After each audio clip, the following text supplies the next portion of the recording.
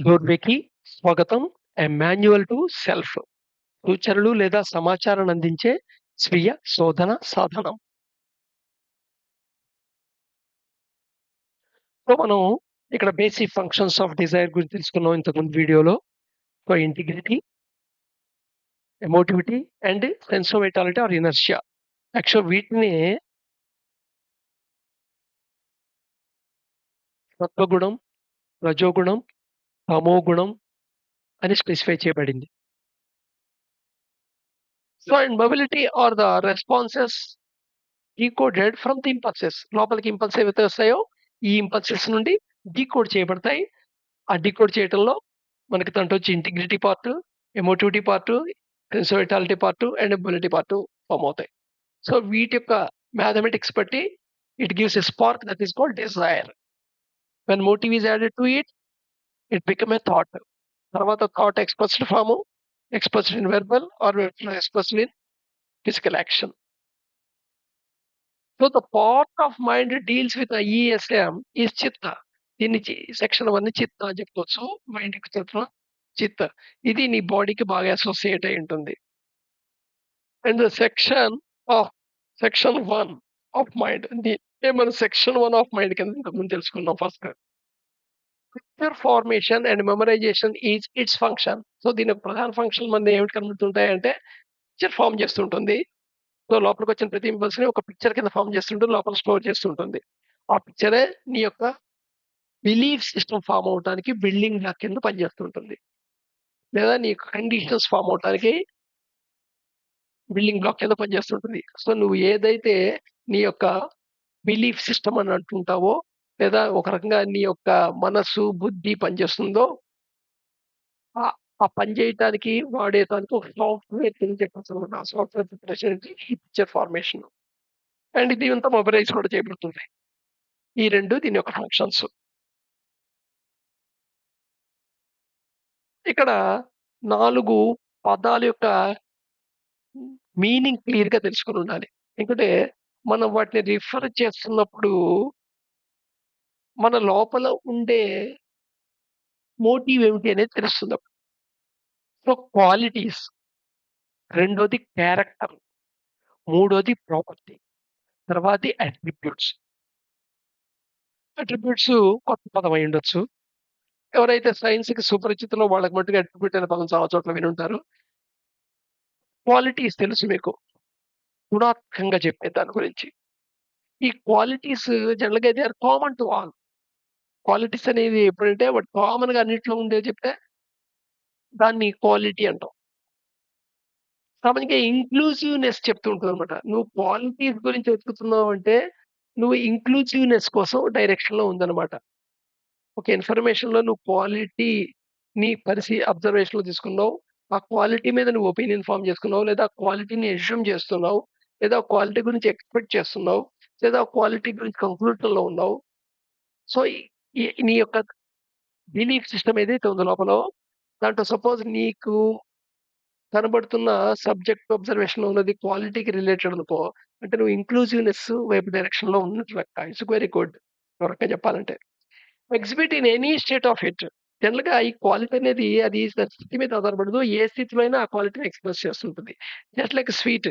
Sweet అనేది ఘన పదార్థంగా ఉన్నప్పుడైనా స్వీటే వస్తుంది. నేను నాలుక టచ్ చేసినా, అది నీళ్ళలో కలిపిన తర్వాత ద్రవ పదార్థంలో కరిగి ఉన్నా సరే, ఒకటే క్వాలిటీ ఉంటుంది. నెక్స్ట్ అది ఇంకో దాంతో మిక్స్ చేసినప్పుడు దాని క్వాలిటీ దాన్ని ప్రదర్శిస్తూ ఉంటుంది. యూనివర్సల్ అనుకోని. యూనివర్సల్‌గా అన్నిటికి ఉండేది. ఇది సిమిలారిటీకి సంబంధించిందనమాట.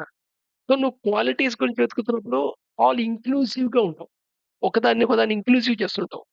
యాక్చువల్‌గా అల్టిమేట్‌గా తీసుకుంటే నీకు 3 క్వాలిటీసు ప్రపంచంలో. ఏంటా 3 క్వాలిటీసు? సత్వ, రజో, తమో గుణాలే. ప్రపంచంలో ఏ వస్తువైనా సరే, ప్రపంచంలో ఉన్నది ఏ విషయమైనా సరే, వస్తువు అంటే నువ్వు టచ్ చేయగలిగే వస్తువు అయ్యుండొచ్చు. నువ్వు టచ్ చేయలేని వస్తువు అయ్యుండొచ్చు. For example assumption. టచ్ చేయలేని వస్తువు కదా! హార్ట్.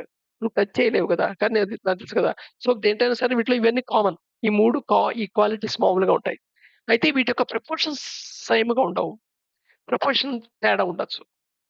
సో, అందుకని దీన్ని ఉద్దేశించి యాక్చువల్‌గా సాత్విక ఫుడ్డని, సాత్విక లక్షణాలని, సాత్విక ఆలోచనలని, సాత్విక పనులని, సాత్విక వస్తువులని ఇలా మాట్లాడుకుంటుంటారు.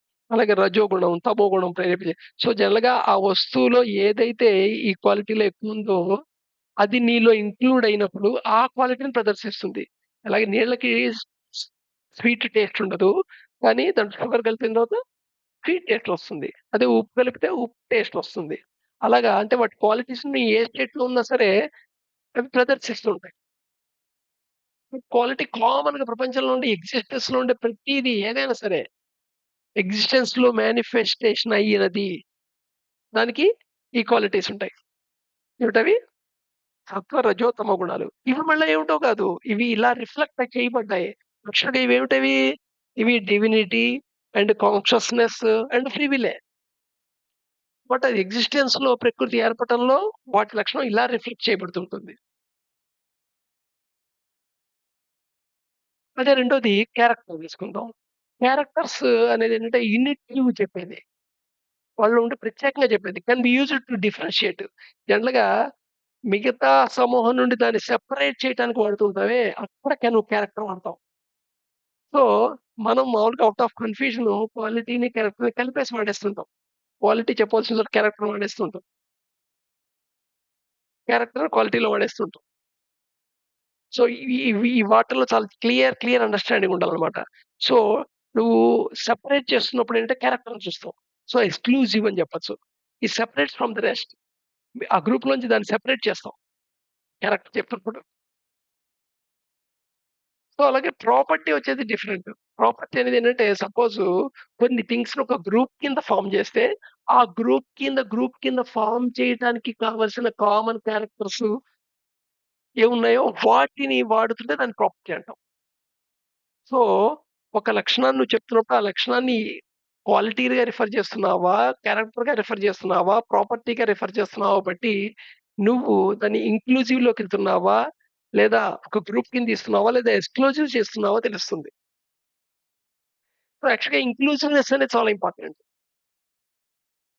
మనం ఎక్స్‌క్లూజివ్ చేస్తూ, గ్రూపిజం చేస్తూ ఇంక్లూజివ్‌నెస్ రావాలి అనుకుంటే ఎలా వస్తుంది?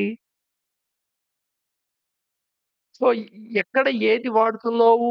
ఏ పదాన్ని ఏ రిఫరెన్స్‌లో వాడుతున్నావు? క్వాలిటీగా వాడుతున్నావా? క్యారెక్టర్ వాడుతున్నావా? ప్రాపర్టీగా వాడుతున్నావా? మీద ఆధారపడుతుంది. మనం ఏంటంటే క్యారెక్టర్‌ని క్వాలిటీగా వాడతాం. ప్రాపర్టీని క్వాలిటీగా వాడుతుంటాం. లేదా క్వాలిటీని క్యారెక్టర్‌గా వాడతాం. క్వాలిటీని ప్రాపర్టీగా వాడేస్తుంటాం. ఇప్పుడు ప్రపంచంలో ఉన్న వాటన్నిటికి ఉన్నవి 3 క్వాలిటీస్. 3 క్వాలిటీస్ ఉంటాయి దాంట్లో. సత్వ, రజో, తమో గుణాలు. అయితే వీటి ప్రపోర్షన్ తేడా ఉంటుంది. నువ్వు ఏ లక్షణాలనైతే తీసుకుంటున్నావో, ఆ లక్షణాలు దాన్ని మిగతా వాటి నుండి వేరుగా అర్థం చేసుకోవడానికి దీనిని డిఫరెన్షియేట్ చేయడానికి వాడుతుంటే దాన్ని క్యారెక్టర్ అంటాం. ఒక గ్రూప్ రిఫ్లెక్ట్ చేయాలి అనుకుంటే ప్రాపర్టీ అంటాం. So, common to a group but not all. ఇక్కడ ఆల్ ఇంక్లూసివ్ కాదు. కానీ కొంత గ్రూప్. యూజ్డ్ టు క్లాసిఫై జనరల్‌గా అందుకని ఈ ప్రాపర్టీస్ అనేవి క్లాసిఫై చేయడానికి వాడుతుంటాం. క్లస్టరింగ్ గ్రూపులకి సమూహాల కింద చేయడానికి వాడుతుంటాం. అట్రిబ్యూట్ అనేదంటే ఎ సెట్ ఆఫ్ అబోవ్ అది క్వాలిటీ అవ్వచ్చు, క్యారెక్టర్ అవ్వచ్చు, ప్రాపర్టీ అవ్వచ్చు.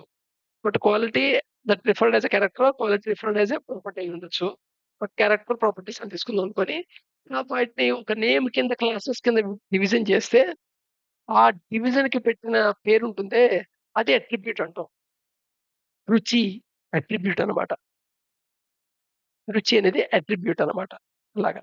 సో, అట్రిబ్యూట్సు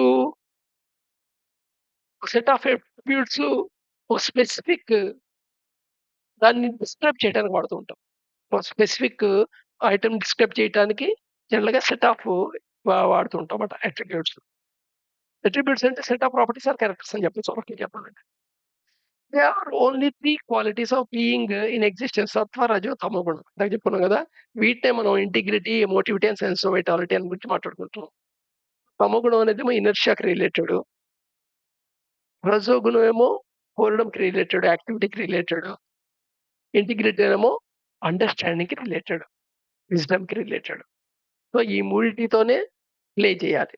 సో, నీకున్న బాడీ అండ్ మైండ్‌ని నీ ప్రకృతిలో నీకు లభించే వస్తువుల్లో నీ బాడీ అండ్ మైండ్‌కి అవి గూడా ఎక్కడికి మేనిఫెస్ట్ అయ్యాయి?